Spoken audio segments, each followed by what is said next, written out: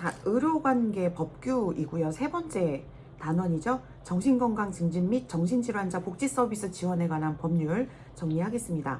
자, 요 법률은 95년도에 제정이 되었고 1조부터 89조까지 양이 많은 편에 속하는 법률입니다. 총칙부터 벌칙까지 조금 분야별로 나누어져 있고요. 자, 총칙, 정책의 추진, 정신건강 증진 시설의 개설, 설치, 운영에 관한 것, 복지 서비스 제공, 보호 및 치료, 퇴원 청구, 그리고 심사, 권익보호 지원, 벌칙 이렇게 좀 구분이 되어 있는데 이 법도 마찬가지로 앞쪽부터 공부를 해주시면 훨씬 더 유리할 것 같고 아시겠지만 문제는 한 문제 출제가 될 겁니다. 자, 목적부터 총칙 목적부터 나가도록 하겠습니다. 자, 목적, 정신질환을 예방치료, 재활복지, 관리보장, 환경 조성에 필요한 사항을 규정해서 국민의 정신건강을 영위하는데 이바지함을 목적으로 합니다. 두 번째, 기본 이념이죠. 기본 이념은 뒤쪽에 보시면 정신건강 증진 시설장의 의무라는 게 나옵니다. 거의 동일한 내용이기 때문에 앞쪽 기본 이념에서 정리를 하고 넘어가는 게 좋을 것 같습니다. 자, 어떤 이념이 있느냐? 첫 번째, 보호받을 권리. 두 번째, 최적의 치료를 받을 권리. 우리가 의료법에서는 응급 환자에게 최선의 처치를 해야 한다. 최선의 의료 서비스를 제공해야 한다라는 말, 최선이란 말이 중요했지만 정신건강증진법에서는 최적의 치료 기억하시면 되고요. 세 번째, 차별 대우를 받지 않는다. 네 번째, 미성년자인 경우에는 특별히 보호받을 권리를 갖는다. 다섯 번째, 제일 중요합니다. 지역사회 중심 치료가 우선되어야 한다. 입원할 경우에는 자의 입원이 권장되어야 한다. 자유로운 의견 교환, 자기결정권을 가지고 정책의 결정 과정에 참여할 권리를 가진다. 이런 것들이 기본 이념에 해당한다. 이렇게 해주시면 됩니다. 정의를 보시면 우선 정신질환자의 정의를 보겠습니다. 자, 망상, 환각, 사고, 기분 장애 등으로 인하여 독립적인 일상생활을 영위하는데 중대한 제약이 있는 사람을 정신질환자 이렇게 정의를 합니다. 정신건강 증진 사업이라는 용어도 있는데요. 국민의 정신건강을 증진시키는 모든 사업을 통틀어서 이야기를 합니다. 또한 정신건강 증진 시설이라는 용어도 나오는데요. 정신건강을 증진시키는 시설을 묶어서 이야기를 합니다. 세 가지가 합해져 있는데 첫 번째는 정신의료기관, 두 번째는 요양시설, 세 번째는 재활시설을 말합니다. 정신의료기관은 어떤 거에 해당하느냐? 첫 번째 정신병원, 두 번째 의원, 세 번째 정신건강의학과를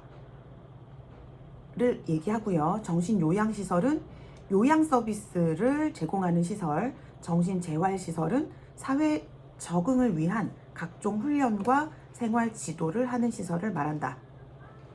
그래서 정의를 살펴보셨습니다. 자, 두 번째로 넘어갑니다. 정신건강 증진 정책의 추진. 누가 이런 정책을 제일 앞서서 끌어나가느냐? 자, 보건복지부 장관입니다. 국가의 기본 계획을 5년마다 수립해야 하죠. 영유아, 아동 청소년, 중장년, 노인, 임산부 등의 생애 주기와 성별에 따른 정신건강 증진 사업을 나누어서 계획을 작성하여 수립하여야 합니다. 그리고 이와 관련된 내용의 백서를 5년마다 출간해야 하고요. 실태조사 5년마다 같이 조사를 해야 한다. 이렇게 기억해 주시면 됩니다. 자, 정책 추진할 때 기본 계획, 백서 발간, 실태조사, 보건복지부 장관이 모두 5년마다 시행하는구나 기억해 주시면 될 것 같습니다. 정신건강의 날도 정해져 있죠. 정신건강의 날은 매년 10월 10일을 정신건강의 날로 지정하여 운영하고 있다. 그리고 국가 트라우마 센터를 설치 운영하고 있죠. 보건복지부 장관이 심리적 안정, 사회 적응을 지원하기 위해서 국가 트라우마 센터를 설치 운영할 수 있는데 이용할 수 있는 대상은 재난과 사고로 정신적 피해를 입은 그 사람과 가족, 그리고 구조, 복구, 치료하는데 정서적 피해를 입은 사람들이 모두 이용할 수 있다. 그래서 국가 트라우마 센터를 설치 운영할 수 있는 사람은 보건복지부 장관이다. 기억해 주시면 됩니다. 새로운 개념이 나오는데요. 정신건강 전문 요원이라는 사람들이 나옵니다.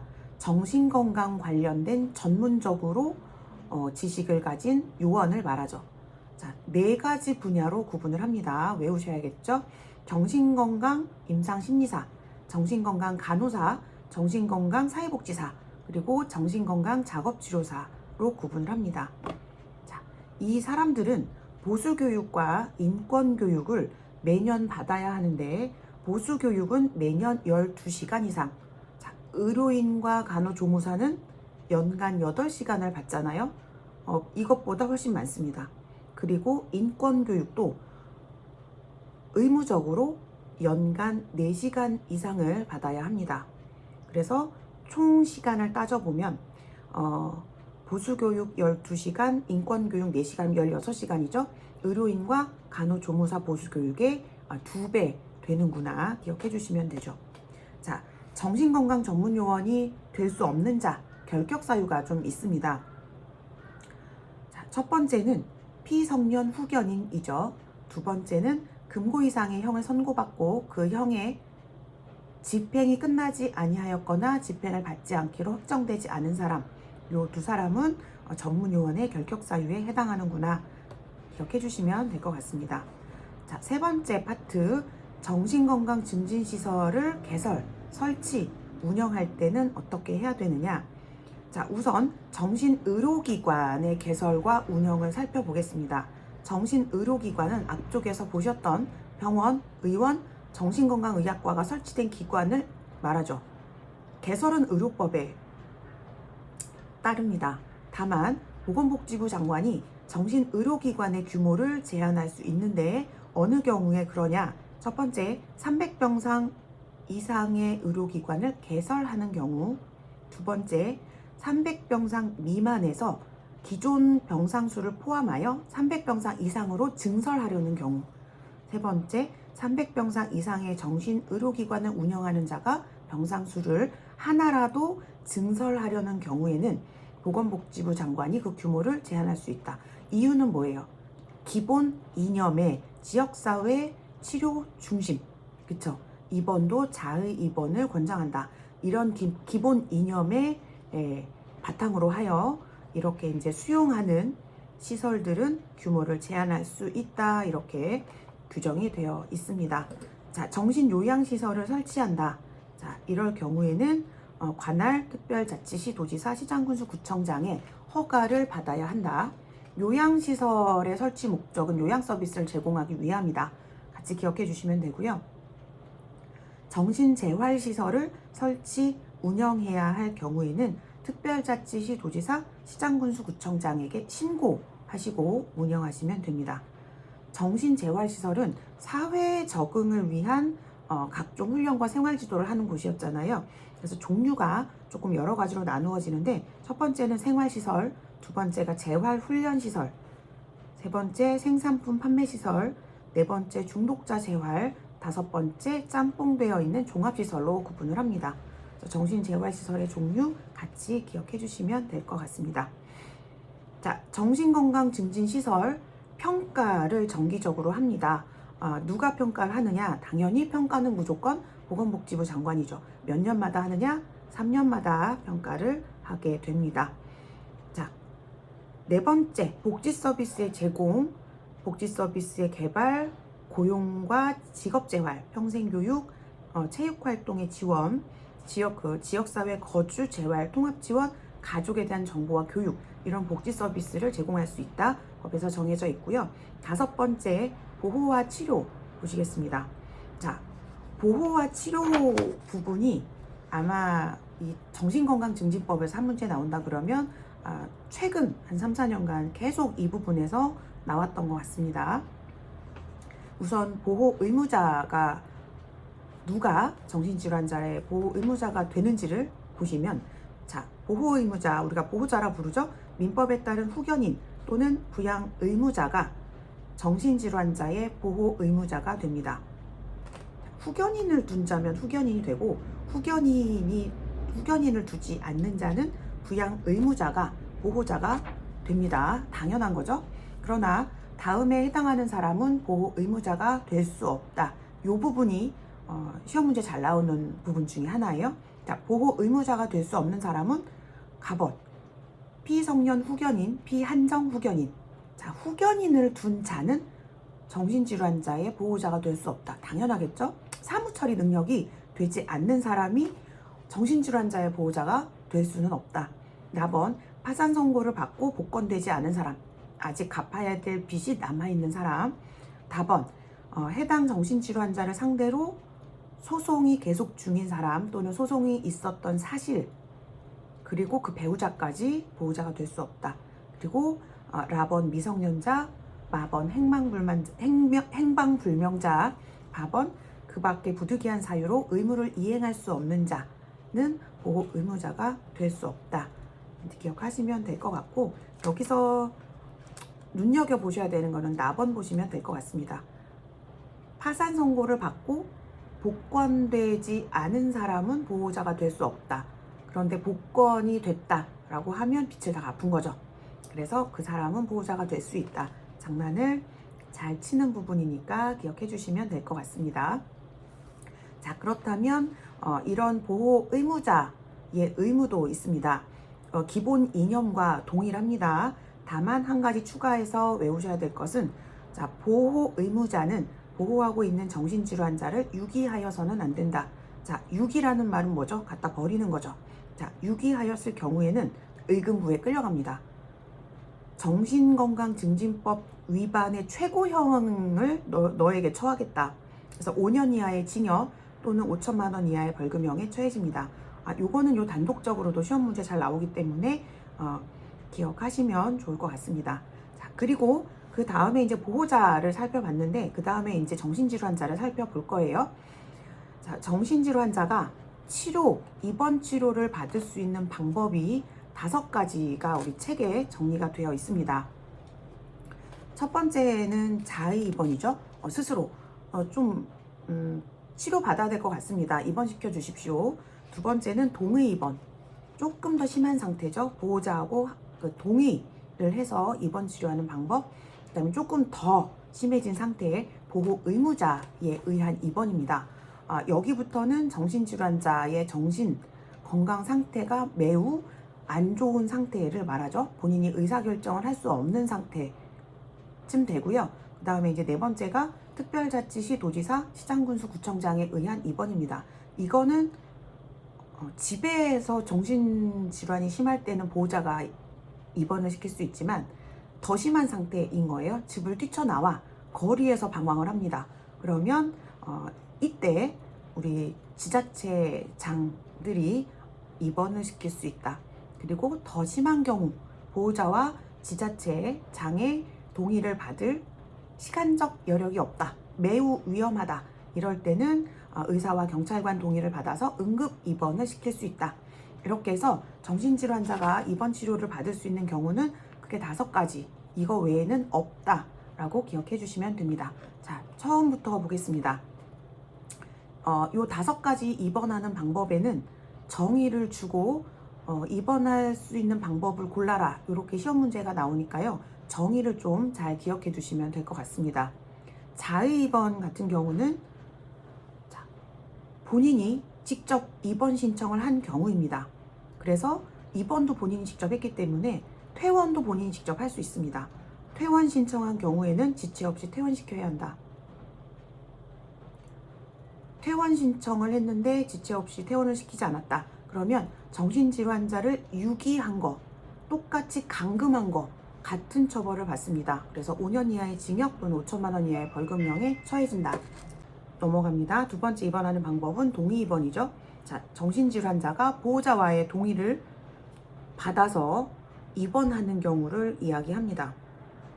마찬가지로 입원할 때도 동의해서 둘이 입원했기 때문에, 합의해서 입원했기 때문에 퇴원할 경우에도 보호 의무자의 동의를 받아서 퇴원 신청을 해야 지체 없이 퇴원할 수 있고요.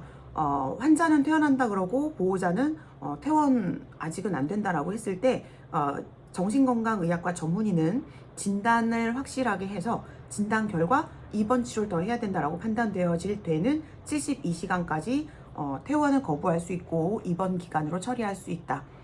그리고 마찬가지로 퇴원할 의사를 밝히지 않았을 때는 자의 입원하고 똑같이 2개월마다 퇴원할 의사가 있는지를 확인하여야 한다. 자, 다음은 보호 의무자에 의한 입원을 보겠습니다. 자, 여기부터는 굉장히 정신질환의 상태가 중증인 경우를 말합니다. 본인의 입원 결정에 참여할 수 없는 상태에 보호자에 의해서 전적으로 입원 치료되는 사람을 이야기합니다. 그래서 정신질환자의 보호 의무자 2명 이상이 신청한 경우에 가능합니다.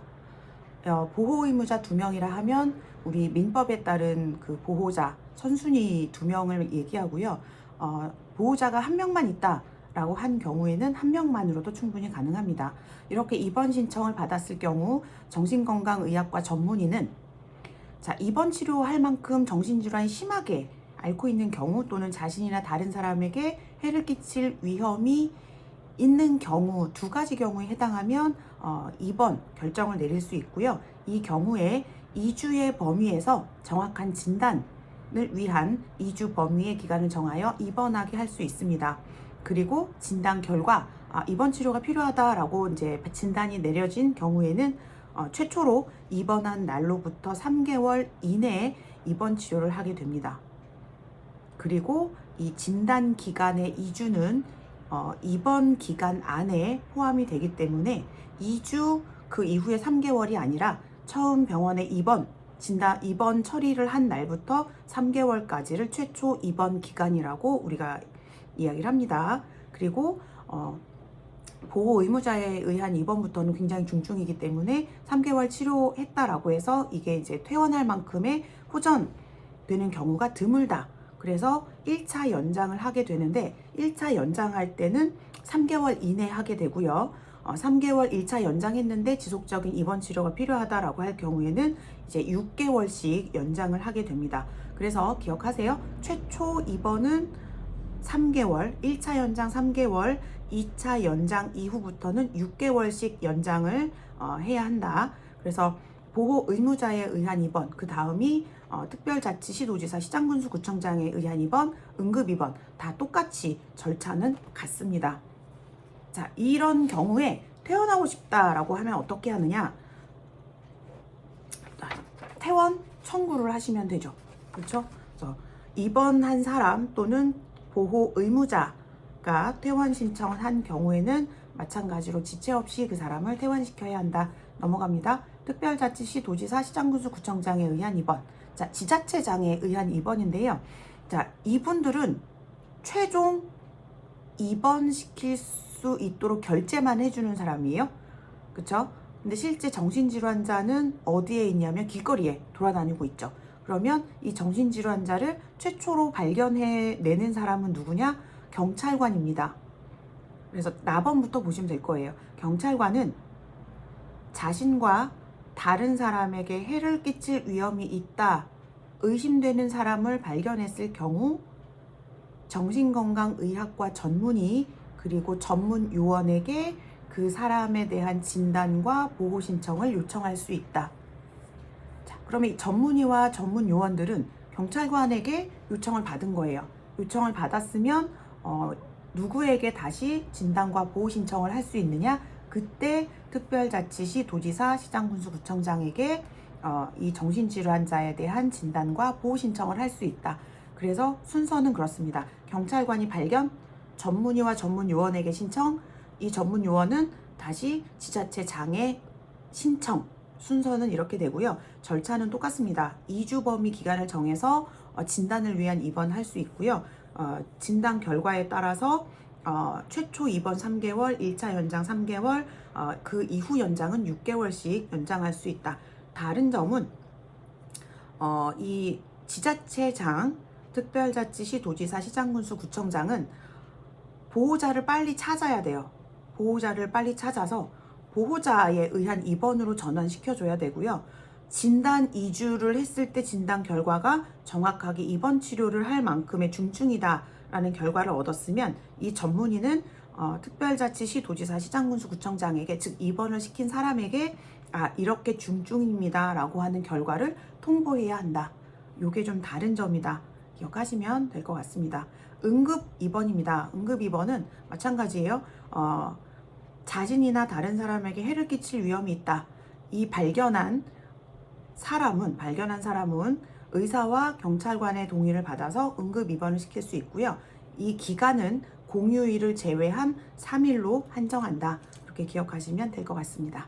자, 6번째, 퇴원 등의 청구 및 심사입니다. 자, 정신건강심의위원회를 설치 운영할 수 있습니다. 시도지사 소속으로는 광역 정신건강심의위원회를 둘 수 있고요. 시장군수 구청장 소속으로는 기초 정신건강심의위원회를 둘 수 있습니다. 정신건강심의위원회를 왜 두느냐? 정신질환자들이 치료를 받으면서 개선해야 될 점, 부당하게 대우를 받는다, 내지는 그 보호자들이 개선해야 되는 사항이 있다라고 하면 그 위원회에 이렇게 회의를 열게 해서 거기서 심사를 받을 수 있는 그런 제도입니다. 그래서 시도지사 소속으로 두는 거를 광역, 그다음에 시장군수 구청장 소속으로 두는 거는 기초입니다. 그리고 각각 기초와 광역에서 하는 업무는 다르죠. 그래서 광역에서 하는 업무는 정신건강 증진시설에 대한 감독, 그다음에 재심사 2가지밖에 없습니다. 그리고 나머지 입원 연장, 퇴원 사실 통보, 처우 개선, 입원 기간 연장의 심사, 외래치료 명령, 임시퇴원 명령, 이런 거를 다 심사하는 게 기초에서 하는 일이죠. 그래서 광역과 기초를 2가지 외울 수는 없습니다. 그래서 우리는 작은 거, 광역 정신건강심의위원회에서 하는 일, 시설 감독과 재심사 2가지만 외우시면 될 것 같습니다. 그리고 우리가 여기서 하나 보셔야 되는 거는 그 특별자치시와 특별자치도에는 기초 더하기 광역 업무를 둘 다 하고 있습니다. 그래서 특별자치시, 특별자치도는 광역의 업무 더하기 기초의 업무 둘 다 수행하고 있음 기억해 주시면 될 것 같습니다. 자, 상태가 호전이 되어서 임시퇴원을 하기도 합니다. 그래서 임시퇴원할 때는 3개월 범위를 정해서 해당 정신질환자를 임시퇴원시키고 그 추이를 관찰해 보는 경우 3개월의 범위를 통해서 임시퇴원을 시켜본다. 자, 무단으로 퇴원한 사람도 있습니다. 무단으로 퇴원했을 때는 어떻게 조치를 해야 되느냐? 자, 그 무단으로 퇴원해서 그 행방을 알 수 없을 때에는 관할 경찰서장에게 그 퇴원한 사람의 성명, 주소, 인적사항, 인상착의 등을 정보를 주고 탐색을 요청해야 한다. 자, 7번째, 권익보호 및 지원입니다. 누구든지 응급입원 경우를 제외하고는 대면 진단에 의하지 않고는 입원시킬 수 없습니다. 그리고 진단서 유효기간은 발급일로부터 30일까지만 정합니다. 수용 및 가혹행위의 금지입니다. 정신건강증진시설장 그 종사자는 시설에 입원하거나 시설을 이용하는 사람에게 폭행을 하거나 가혹행위를 해서는 안 된다. 했을 경우에는 5년 이하의 징역, 5천만 원 이하의 벌금형에 처해진다. 그리고 특수치료도 제한이 되어 있습니다. 특수치료, 전기충격요법, 인슐린 혼수요법, 마취 최면요법, 정신외과요법 등 혐오 자극요법, 이런 거를 환자와 보호자의 동의 없이 시행했을 때에는 마찬가지로 최고형 5년 이하의 징역, 5천만 원 이하의 벌금형에 처해지고요. 정신 건강 관련 업무를 하면서 알게 된 다른 사람의 비밀을 누설하거나 공표를 했다라고 한 경우에는 똑같죠? 예, 정보누설죄 3년 이하의 징역 또는 3천만 원 이하의 벌금형에 처해지는구나 라고 해서 정리하시면 될 것 같습니다. 자, 정신건강증진법에서도 앞쪽부터 차분차분 공부하시면 될 것 같고, 예, 정리 잘 하셔서 나오는 한 문제에 맞춰주시면 좋을 것 같습니다.